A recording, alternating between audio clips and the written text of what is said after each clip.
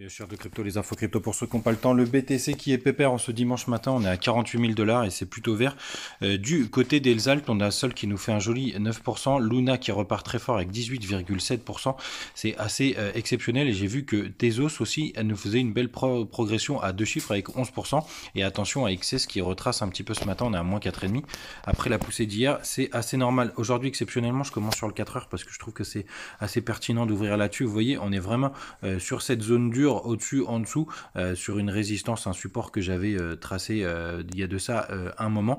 Donc voilà, on est sur cette zone, c'est assez intéressant de voir comment on la travaille. Quand on va sur le daily, donc vendredi, pour la clôture des professionnels, on avait clôturé aux alentours des 48 200 $. On va voir si à la réouverture, on va s'en approcher.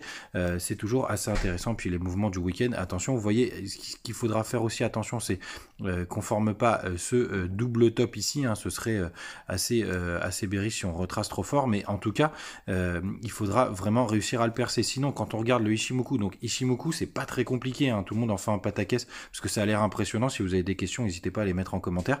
Et ici vous voyez, on est bloqué sur cette résistance au haut du nuage. On suit particulièrement bien cette tendance du nuage. On est au-dessus de la Kinjun, donc c'est la droite qui est ici, et vous voyez la lag in span, donc c'est la verte ici, elle vient taper sur la Kinjun qui fait aussi office de résistance à ce niveau-là, mais la bonne nouvelle, c'est quand même qu'on est passé de l'autre côté du cours. Donc on est en daily, moi je le regarde surtout en weekly, mais en tout cas c'est assez intéressant. Sinon, sachez une chose, c'est que je me suis amusé ce week-end à trader un petit peu le XRP sur des petites perfs, mais en tout cas je le surveille de très très près, puisque quand on va casser, selon moi, cette zone de résistance aux alentours des 1,06, je pense que ça peut partir très très fort en fonction évidemment des avancées des échanges avec la SEC. Et XRP, une des cryptos qui est assez mal aimé, je dois dire, mais moi franchement c'est un de mes chouchous. Et vous avez, je sais pas si vous avez des cryptos que vous détestez, laissez-les moi en commentaire. S'il y en a qui reviennent, on ira jeter un œil. Sinon, sachez, parce qu'on me pose souvent la question, dans les descriptions je mets sur tous les projets sur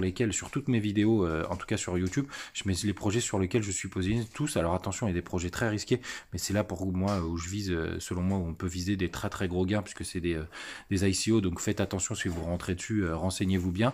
Voilà, il y a tous les trucs où je suis positionné, évidemment il n'y a pas tout, mais en tout cas tous les projets en cours, et toutes les techniques que j'utilise pour avoir même des revenus passifs. Faites attention à vous. Demain on regardera le Ichimoku en weekly qui me semble assez pertinent, et à demain.